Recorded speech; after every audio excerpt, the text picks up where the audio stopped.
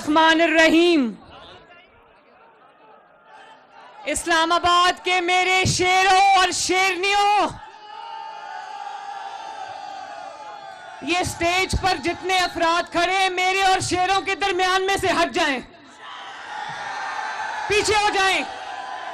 दानियाल पीछे हो जाओ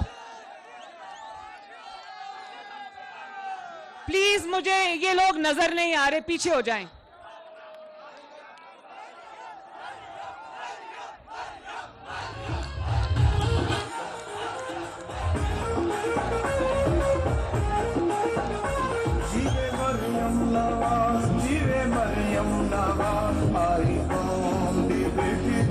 मरियम नवाज, जीवे मरियम नवाज, जीवे मरियम नवाज, आई कौम दी बेटी जीवे मरियम नवाज।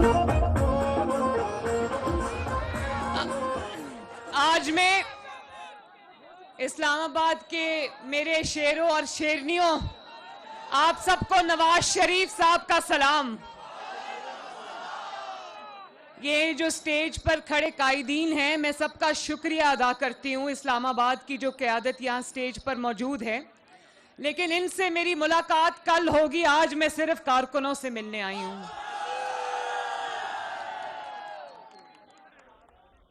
और इस्लामाबाद वालों,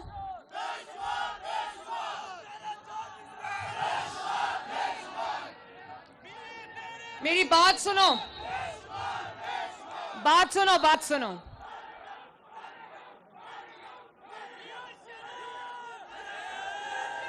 शुक्रिया।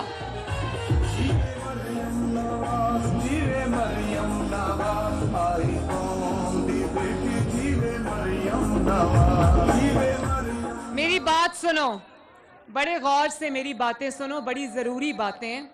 और वो बातें आपने फिर हरावल दस्ता बन के आगे लेके जानी है, इसलिए ये बातें सुनना बहुत ज़रूरी हैं। ये मेरी बहनें, बेटियां, माएँ यहाँ बैठी हैं, मैं इनको बहुत प्यार भरा सलाम। जब मैं लंदन से आई, मियाँ साहब के साथ 4 महीने मेरे गुजरे। वहाँ मियाँ साहब ने कहा कि जाओ और आवाम के साथ राब्ते की मुहिम शुरू करो, और उसका आगाज़ जो है वो तंजीमी कन्वेंशन से करो, कारकुनों से मुलाकात करो। तो हमारे मुखालिफिन बहुत दूरबीनें लगा के बैठ गए।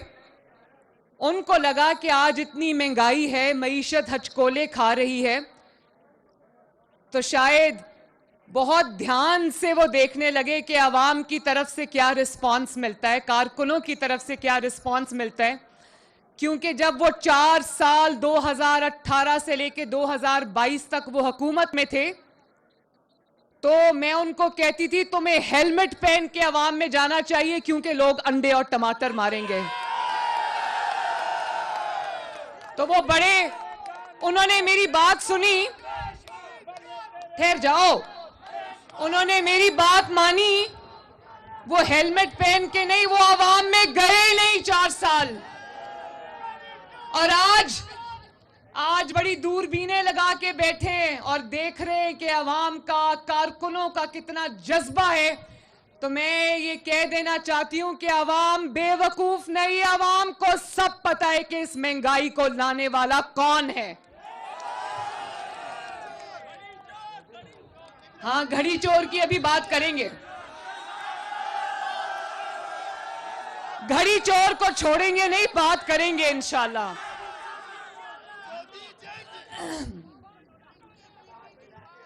तो बात यह है,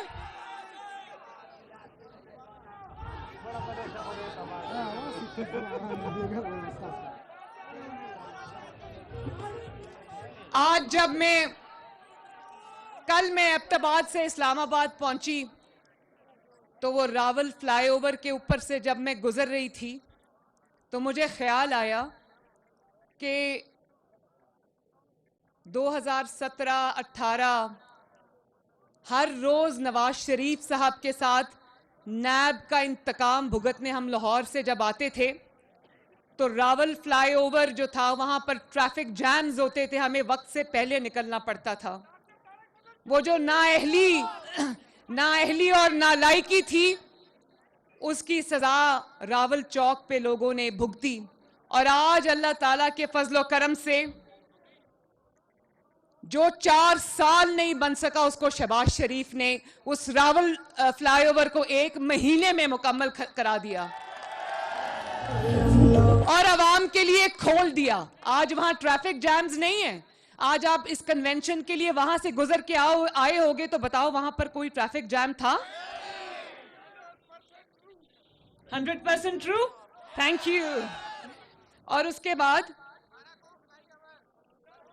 भाराकाऊ फ्लाईओवर की भी बात करती हूं। अवाम की बहुत देरीना डिमांड थी भाराकाऊ के अवाम की, खसूसन कि वहां पर बहुत घंटों तक ट्रैफिक जैम रहती थी, अवाम ट्रैफिक में फंसते थे, मरी आने जाने वाले सयाह फंस जाते थे। तो लोगों की बड़ी ख्वाहिश थी कि वहां पर फ्लाईओवर बने। तो देखो शहबाज शरीफ ने ना सिर्फ वो फ्लाईओवर शुरू करा दिया, आप देखोगे कि शहबाज स्पीड में इंशाअल्लाह ताला वो जल्द से जल्द खत्म होगा। और इसी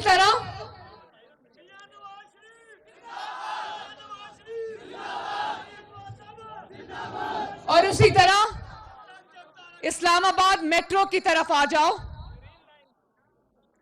4 साल वो मेट्रो मुकम्मल नहीं हो सकी, उसको शहबाज शरीफ ने 15 दिन के अंदर अवाम के लिए खोल दिया।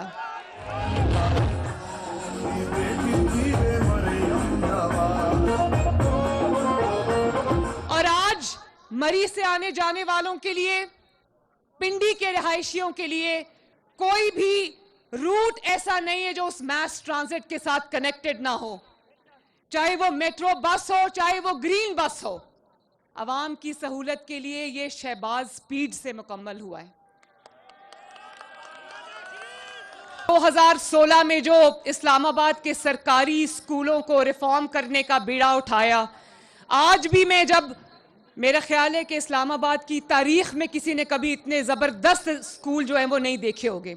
उनकी इमारतों को ठीक कराया, उनको सहूलियात दी, उनको IT लैब्स दी। और आज आप देखते होंगे वो जो नवाज शरीफ ने 70 बसें दी थी उन स्टूडेंट्स के लिए जो बाद में 200 तक चली गई थी, वो येलो बसेस, जब प्राइम मिनिस्टर बसेस का प्रोग्राम आप सड़कों पे चलते देखते हो तो नवाज शरीफ की याद आती है ना।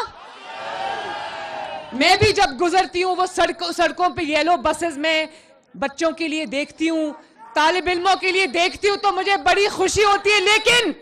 लेकिन इस्लामाबाद वालों, 200 बसों से इन 4 सालों में 201 बसें नहीं हुई। जहां नवाज शरीफ छोड़कर गया था वहीं पर खड़ा है आज भी।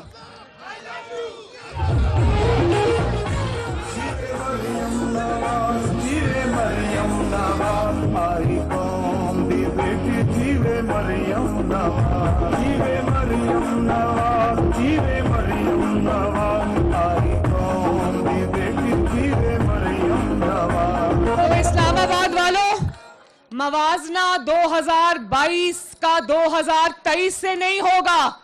मवाजना होगा तो शहबाज शरीफ के पंजाब में 10 साल और इमरान खान के KPK में 10 साल का मुआवजना होगा। मैं कल एबटाबाद से वापस आई हूं, 2 दिन में वहां थी। यकीन जानो KPK आज भी 2023 के अंदर खंडरात का मंजर पेश करता है। वजह क्या है? क्योंकि वहां 10 साल से नवाज शरीफ नहीं था। और अगर मवाजना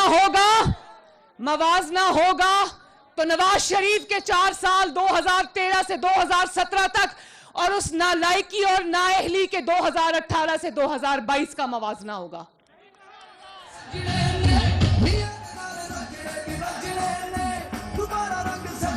इस्लामाबाद वालों, मुझे बताओ, ये कोई इंसाफ की बात है कि जब मुल्क हचकोले खाता है, जब मईशत हचकोले खाती है तो नवाज शरीफ को पकड़ के ले आते हैं कि मुल्क को ठीक करो।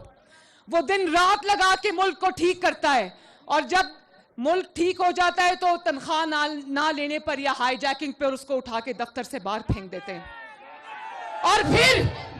और फिर जब नाअहलों के हाथ में मुल्क आता है, मुल्क नीचे जाता है, तो फिर नवाज शरीफ को आवाजें देते हैं कि आओ और मुल्क को ठीक करो।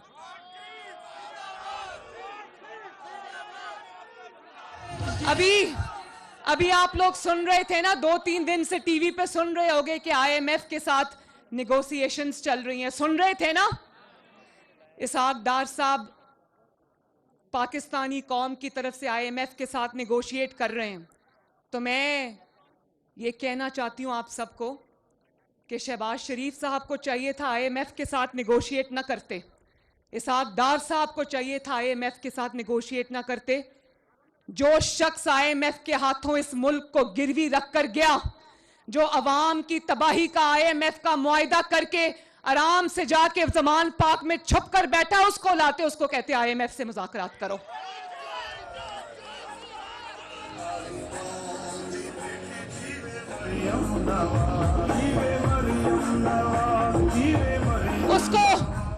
उसको बिठाते ना जरा आईएमएफ के सामने और कहते जरा आईएमएफ को भी बताओ और इस कौम को भी बताओ कि आईएमएफ के हाथों मुल्क कैसे गिरवी रखा, क्या शराइत तय की कि आज भी मईशत संभलने में नहीं आ रही, और लोगों को बताओ कि तुम्हारी 4 साल की नाअहली की वजह से आज कौम को ये दिन देखना पड़ रहा है। खुद तो आराम से जाके जमान पाक के बंकर में बैठ गया, आवाम के चूल्हे बुझ गए। क्या तकलीफ थी जब 2013 से लेकर 2017 तक नवाज शरीफ ने भी आईएमएफ का एक मुआहिदा भुगताया था, लेकिन दिल में दर्द था नवाज शरीफ के, अवाम का दर्द था, अवाम के चूल्हों पे जो रोटी पकती थी उसकी तकलीफ थी नवाज शरीफ को। तो वो आईएमएफ का मुआहिदा ना सिर्फ भुगताया, बल्कि पाकिस्तान की 75 साल की तारीख गवाह है, और आप सब गवाह हो कि नवाज शरीफ के 4 साल में आटा 1 रुपया नहीं बढ़ा, 35 रुपए किलो पर रहा या नहीं रहा। आईएमएफ के मुआहिदे के बावजूद चीनी 50 से 55 रुपए किलो रही 4 साल या नहीं रही, डॉलर 100 से नीचे रहा या नहीं रहा, और घी 140 पे रहा या नहीं रहा, और ग्रोथ, पाकिस्तान की ग्रोथ 6% पे जा रही थी, पिछले 4 साल की नाअहली और नालायकी से जमीन के नीचे चली गई, माइनस में ग्रोथ चली गई। और ये वही बेहिस इंसान है ना जो जब इक्तदार में था तो कहता था मैं आलू प्याज की कीमतें कम करने नहीं आया। ये बिल्कुल सही कहता था, बिल्कुल सही कहता था, क्योंकि ये कम करने नहीं आया, ये ज्यादा करने आया था, कीमतें बढ़ाने आया था, जिसकी कीमत आज अवाम को अदा करनी पड़ रही है। बनी गाला का किचन भी कोई और चलाता है, जमान पाक का किचन भी कोई और चलाता है, क्योंकि इसका कोई जरिया आमदन नहीं है। ये वो लोग चलाते हैं जो इनको हीरे जवाहरात देते रहे हैं, लेकिन अवाम जो है वो अपने किचन अपनी मेहनत और खून पसीने की कमाई से चलाती है। अवाम के इस मुजरिम को आईएमएफ के कटहरे में भी खड़े करे और अवाम के कटहरे में भी खड़ा करो, इसे पूछे कि क्यों आईएमएफ के हाथ ये मुल्क की गिरवी रख के चला गया ये मुल्क। आज अगर हम चाहें भी तो दिन रात की सर तोड़ कोशिशें कर रहे, मैं खुदा को गवाह बनाकर कहती हूँ शहबाज शरीफ साहब 6 बजे काम शुरू करते हैं, इसहाक डार साहब सुबह फजर के बाद काम शुरू करते हैं, लेकिन ये कोई ऐसी जो ये 4 साल का गंद और तबाही मचा कर गया है, ये 2-4 महीनों में ठीक होने की चीज नहीं है। लेकिन यकीन रखना कि अगर 3 दफा जब भी आपने इक्तदार दिया, मुस्लिम लीग नून को मुल्क को तरक्की के ऊपर रास्ते पर डाल गई। यकीन रखना कि इंशाअल्लाह ताला वो वक्त भी आएगा।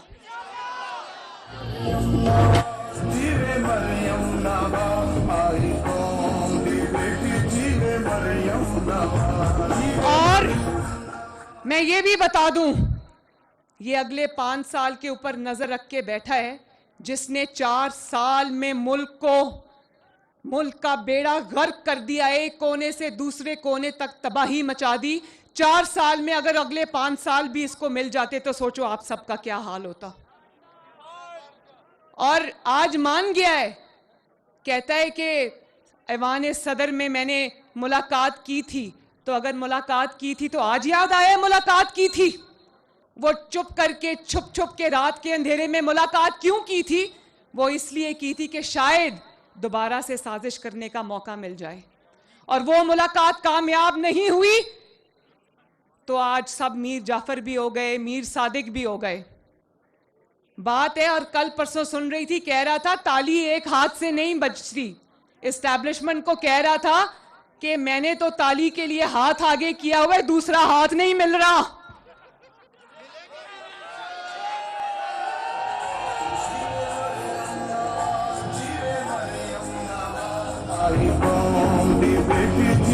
इस इसका रोना धोना और फरियादें हैं ही इसीलिए क्योंकि इसको ताली बजाने के लिए दूसरा हाथ नहीं मिल रहा। और क्या कहते हो, मुस्लिम लीग नून इलेक्शन से डरती है? इलेक्शन से वो डरता है जो सिलेक्ट होकर आया है। इलेक्शन, अब ये ताली नहीं बजेगी। इलेक्शन से सिलेक्शन वाले डरते हैं, मुस्लिम लीग नून नहीं डरती। और आओ आकर देखो, तुम जमान पाक में छुपकर बुज़दिलों की तरह बैठे हो। मुस्लिम लीग नून मैदान में इलेक्शन की तैयारी शुरू कर चुकी है और अल्लाह ताला के फजलो करम से, आप सबकी सपोर्ट से ये इलेक्शन में हम उतरे हैं। इलेक्शन हारने के लिए नहीं, इलेक्शन जीतने के लिए उतरे हैं।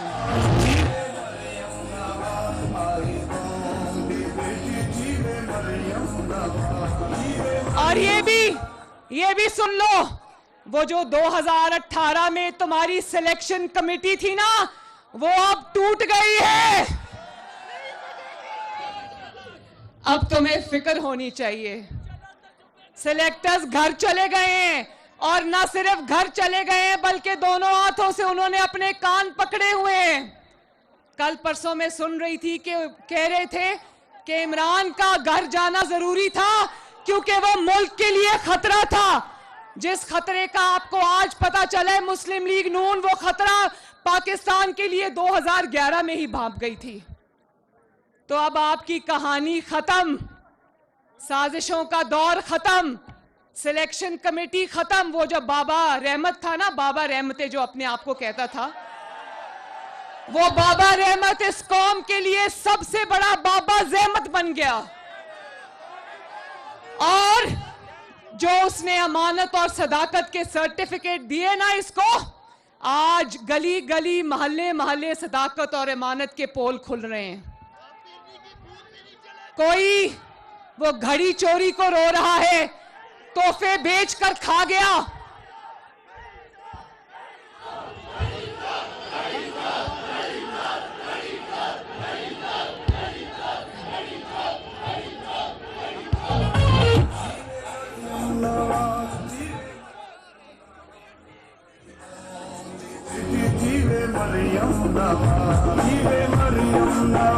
घड़ी जितने मर्जी प्लास्टर लगा के बैठो, जितने चाहे टांग पे प्लास्टर चढ़ाओ, घड़ी चोरी का भी हिसाब देना पड़ेगा, अपनी औलाद का भी हिसाब देना पड़ेगा, खाना काबा के निशान वाली तस्वीर वाली घड़ी बेचने का भी हिसाब देना पड़ेगा, फॉरेन फंडिंग का भी हिसाब देना पड़ेगा, और जो आपकी बेगम साहिबा ने 5-5 कैरेट के हीरो की अंगूठियां रिश्वत में ली हैं, उसका भी हिसाब देना पड़ेगा। नजर आ रहे हैं माशाल्लाह। और यकीन जानो, इतना जज्बा है आप लोगों में, इतना जज्बा है आप लोगों में। जब भी मैं आप लोगों को देखती हूं, मेरा हौसला जो है वो कोहे हिमालय जितना हो जाता है। लेकिन मैं अपने नौजवानों को, अपने बुजुर्गों को, भाइयों को, बहनों को, आप सबसे वादा लेना चाहती हूं कि इस्लामाबाद में इस दफा जो इस्लामाबाद की सीट्स हैं वो जीत के दिखानी है। हारने के लिए मैदान में नहीं उतरना, जीतने के लिए उतरना है। वो कहते हैं ना, उठ बांध कमर क्या डरता है, फिर देख खुदा क्या करता है। हमने कमर बांध ली है इंशाल्लाह। और मैं पाकिस्तान के नौजवानों से मुखातिब हूं, ये नारे, झूठ, फरेब, प्रोपेगेंडा की सियासत छोड़ो, गाली गलोच, बदतमीजी की सियासत छोड़ो, और ये देखो कि आपका मुस्तकबिल किस जमात के साथ वाबस्ता है। आपका मुस्तकबिल उस जमात के साथ वाबस्ता होना चाहिए जिसने आपको यूथ प्रोग्राम दिया, जिसने आपको लैपटॉप्स दिए, जिसने आपको स्कॉलरशिप्स दिए, जिसने आपके लिए कॉलेजेस और यूनिवर्सिटीज बनाई, जिसने आपके लिए फॉरेन स्कॉलरशिप्स दिए, जिसने आपको सीपैक बनाकर आपके लिए नौकरियों के दरवाजे खोले, ना कि ऐसे फरेबियों के हाथ में जिसने 1 करोड़ नौकरियों का वादा किया था, मिली किसी को नौकरी?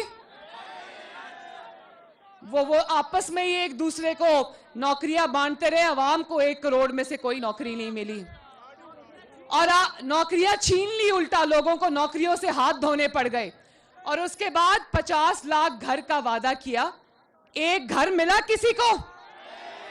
नवाज शरीफ ने 90 की दिहाई में अपना घर स्कीम शुरू की, हजारों को घर मिला। शहबाज शरीफ ने आशियाना स्कीम शुरू की, हजारों को घर मिला। और फिर CPEC जो शुरू किया, मुल्क में तरक्की आई। 22 घंटे की लोड शेडिंग को अल्लाह ताला के फजलो करम से 0 लोड शेडिंग में बदला। तो जिसने किया है वो ही करके दिखाएगा। जिसने मुल्क को तबाह किया है वो अब अपने मुस्तकबिल की फिक्र करे और बनी गाला में बैठकर अल्लाह अल्लाह करे।